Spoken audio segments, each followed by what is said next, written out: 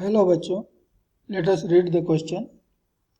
A ball moves in a frictionless inclined table without slipping. The work done by the table surface on the ball is. तो यहाँ जो की concept है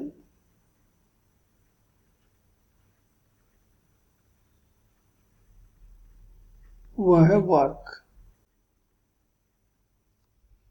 तो एक inclined plane के ऊपर एक बॉल जो है वो बिना स्लिप किए मूव कर रहा है, अर्थात वो रोलिंग मोशन कर रहा है इस तरह से. अब बॉल का वेट अर्थात mg, m यहाँ पर बॉल का मास है और g acceleration due to gravity, ये तो हमेशा वर्टिकली डाउनवर्ड डायरेक्शन में लगता है.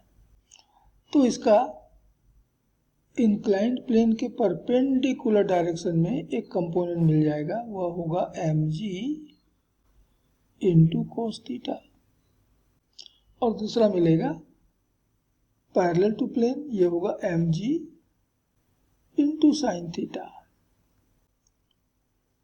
और तब इंक्लाइंड प्लेन के ऊपर बॉल ने फोर्स अप्लाई किया mg cos थीटा, तो इंक्लाइंड प्लेन भी बॉल के ऊपर एक फोर्स अप्लाई करेगा, ठीक अपोजिट डायरेक्शन में करेगा,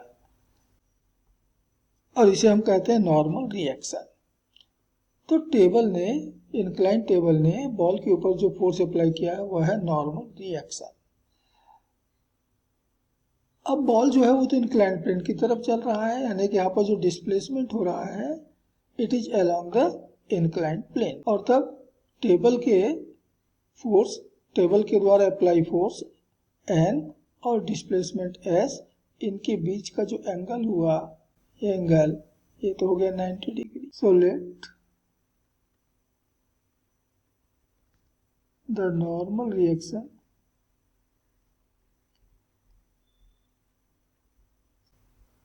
applied by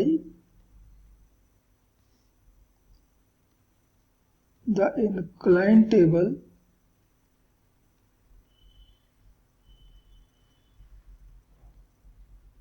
on the ball ये बराबर n है. तो since displacement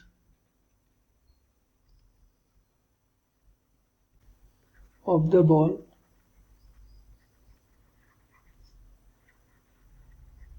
along the inclined table